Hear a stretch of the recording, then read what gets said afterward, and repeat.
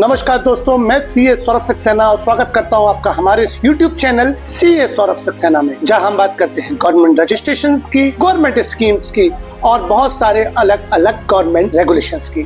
अभी हमारी एक सीरीज चल रही है ट्रेडमार्क को लेके। हमने अपने पहले पार्ट में समझा कि ट्रेडमार्क क्या है और ट्रेडमार्क क्यों जरूरी है, किसी भी बिजनेस का ब्रांड प्रोटेक्शन क्या है होता है, कैसे हो सकता है, कैसे मुझे अपना नाम ब्रांड नेम सेलेक्ट करना चाहिए, वो क्या प्रक्रिया है जिससे मेरा ट्रेडमार्क की शक्ल लेता है।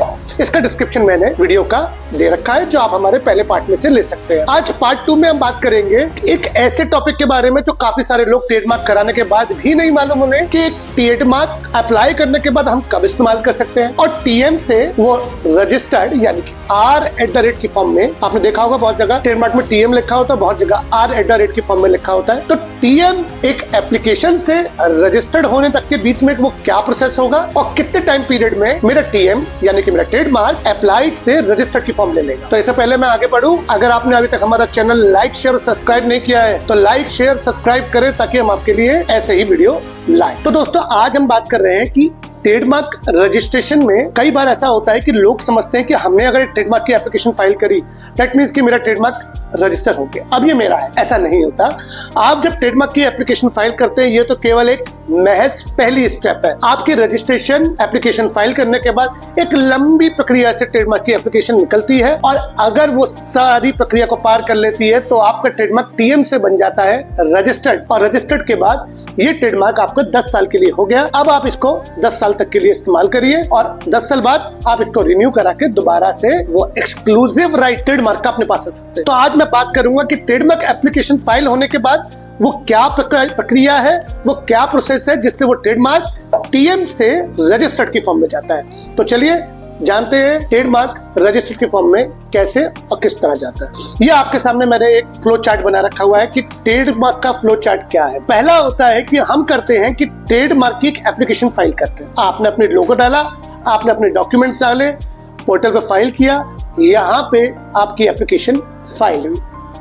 फाइल होने के बाद एक आपको एप्लीकेशन का नंबर मिलता है। एप्लीकेशन नंबर मतलब आपकी जो ट्रेडमार्क की एप्लीकेशन फाइल हुई है उसका एक यूनिक नंबर, जो कि आपकी ट्रेडमार्क एप्लीकेशन का एक सबूत है कि आपने ट्रेडमार्क फाइल किया है। पोर्टल पे आपको अगर चेक करना है तो इसी एप्लीकेशन से आप चेक कर सकते हैं कि अभी आपका ट्रेडमार्क किस जगह पे और किस जगह पे अटका हुआ है। एप्लीकेशन नंबर मिलने के बाद आपका डाटा जो है वो गवर्नमेंट अपनी वेबसाइट में डालती है। वेबसाइट में डालने का मतलब, जब आपने ट्रेडमार्क की एप्लीकेशन फाइल करी तो वो ट्रेडमार्क की एप्लीकेशन पोर्टल पे नजर आएगी, तो उससे हम कहते हैं डाटा एंट्री। डाटा एंट्री के बाद ये नीचे आता है स्कैनिंग ऑब्लिक वेना कोडिफिकेशन, विनिया कोडिफिकेशन भी कहते हैं सब। विनिया कोडिफिकेशन क्या होती है दोस्तों, कि जब आपने अपनी एक एप्लीकेशन फाइल करी तो हो सकता है कि आपका लोगो किसी और ब्रांड के लोगो से मिलता जुलता हो। तो अगर डिपार्टमेंट वाले को ये लगता है कि आपका लोगो किसी और लोगो से मिलता है, टाटा TATA, और आपने एक लोगो बना दिया और नाम बना दिया TAATA, नाम और स्पेलिंग से तो अलग है पर मिलता जुलता है, तो क्या होगा कि इसकी स्कैनिंग होगी और विनिया कोडिफिकेशन पे पैमाने पे इसकी स्कैनिंग होती है। डिपार्टमेंट वाला चेक करता है कि आपका लोगो किसी और से मिलता जुलता है या नहीं। इसके बाद ये एग्जामिनेशन रिपोर्ट रिलीज करते हैं इस कोडिफिकेशन चेक करने के बाद। इसमें क्या होता है, या तो एग्जामिनेशन में ये मान लिया जाता है कि विनिया कोडिफिकेशन के अंदर आपका ट्रेडमार्क एक्सेप्टेड है, या वो ये ऑब्जेक्शन दे सकता है कि आपका ट्रेडमार्क किसी और से लोगो मिलता जुलता है।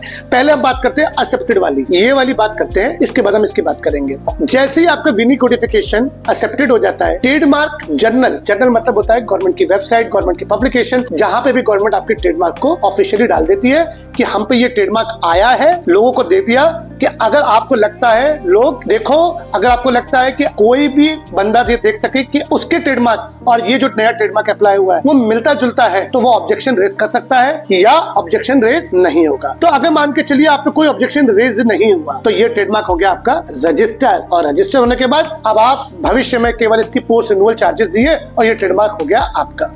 सिंपल समझ में आया। वेना कोडिफिकेशन के बाद एग्जामिनेशन रिपोर्ट देंगे, देखेंगे गवर्नमेंट कि क्या पब्लिकेशन में डालने के बाद कोई ऑब्जेक्शन आ रहा है या नहीं आया, तो ये ट्रेडमार्क आपका। आज जैसे मान के चलिए आपको ऑब्जेक्शन आया, तो ऑब्जेक्शन के बाद क्या होगा, अगर ऑब्जेक्शन क्लियर हो गया तो फिर ये रजिस्ट्रेशन क्लियर हो गया। किसी ने ऑब्जेक्शन दिया, भाई ये लोगो मेरा है, एडिडास वाले 3 लाइनें मेरी है, डिपार्टमेंट जिससे भी संतुष्ट हुआ, संतुष्ट होने के बाद अगर आप में कोई ऑब्जेक्शन नहीं है तो ये रजिस्ट्रेशन आपका, सर्टिफिकेट आपका। पर अगर ऑब्जेक्शन फाइल हुआ तो फिर ये अपोजिशन के लिए अलाउड हो जाएगा, इसका रिव्यू होगा और रिव्यू कैसे होगा वो आपको यहाँ से समझ में आएगा। अगर आपकी एग्जामिनेशन रिपोर्ट भी गलत आती है, जो हम यहाँ पर देख रहे थे, तो ये ऑब्जेक्शन की कैटेगरी में आ गया। ऑब्जेक्शन के बाद ये शो कॉज हियरिंग में जाएगा, डिपार्टमेंट वाला आपको भी बुलाएगा और जिसने ऑब्जेक्शन रेज दिया है उसको भी बुलाएगा, दोनों की सुनेगा। दोनों के सुनने के बाद अगर वो संतुष्ट हुआ तो फिर ये इस वाले प्रोसेस में आ जाएगा, पब्लिकेशन में जाएगा, रजिस्ट्रेशन हुआ तो मिल गया, नहीं तो ऑब्जेक्शन।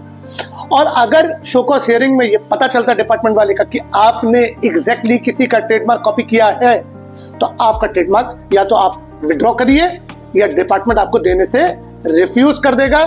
मैक्सिमम क्या है कि अगर आप इनकी बातों से संतुष्ट नहीं है तो आप इंटेलेक्चुअल बॉडी के अंदर अपील फाइल कर सकते हैं। और यहाँ पे भी यही जा रहा है, यहाँ पे भी अगर आप देखेंगे कि अगर आपके ट्रेडमार्क को अपोजिशन मिला है, अगर किसी ने आपके ट्रेडमार्क को अपोजिशन दिया है, तो रिव्यू में क्या होगा, केवल अपील फाइल करने का ऑप्शन बनता है कि आप अपील फाइल करिए बोर्ड में। और अपील के अंदर दोनों पार्टियों को बुलाया जाता है, जो ऑब्जेक्शन दे रहा है और जिसने ये एप्लीकेशन फाइल करी है। जो भी संतुष्ट हो जाता है तो या तो वो विड्रॉ होगा या रिफ्यूज। तो जरा जल्दी से बता दूं, दोबारा से रिकैप। एप्लीकेशन फाइल करने के बाद आपको मिलता है एप्लीकेशन नंबर, डाटा एंट्री होती है सिस्टम के अंदर, स्कैनिंग होती है, वेना कोडिफिकेशन चेक होता है। वेना कोडिफिकेशन मतलब आपका लोगो किसी से मिलता जुलता तो नहीं है, उसकी एक एग्जामिनेशन रिपोर्ट आती है। एग्जामिनेशन रिपोर्ट के बाद अगर वो एक्सेप्टेड हो जाती है तो गवर्नमेंट उसे अपने पब्लिकेशन में डालती है। किसी ने ऑब्जेक्शन रेज नहीं किया तो ये ट्रेडमार्क आपका, किसी ने ऑब्जेक्शन रेज किया तो फिर आपके पास एक रिव्यू करने का ऑप्शन है, अपील फाइल करने का ऑप्शन है। अपील के बाद जिसका भी संतुष्टि होती है तो गवर्नमेंट या तो आपको ये अलाउड कर देगी, आपको सर्टिफिकेट मिल जाएगा, या आपका रिफ्यूज कर देगी। मगर अगर आपकी एग्जामिनेशन रिपोर्ट भी गलत आई तो भी आपके पास यही ऑप्शन है कि आप अपील फाइल करें। अपील फाइल करने के बाद जिसका भी ट्रेडमार्क होगा वो उसको ग्रांट हो जाएगा। टाइम पीरियड कितना लगता है? एक औसतन ट्रेडमार्क रजिस्टर होने के लिए 7 से 8 महीने, कई बार 10 महीने और 12 महीने भी लग जाता है। तो दोस्तों, ट्रेडमार्क से रिलेटेड अगर आपकी कोई और भी क्वेरी हो, आप हमें नीचे कमेंट सेक्शन में दे सकते हैं और ऐसे ही वीडियोस हम आपके लिए लाते रहेंगे। पर हमें चाहिए आपसे ढेर सारा शेयर, लाइक और सब्सक्राइब। तो ऐसे ही हमारे चैनल को लाइक, शेयर और सब्सक्राइब करें। Thank you.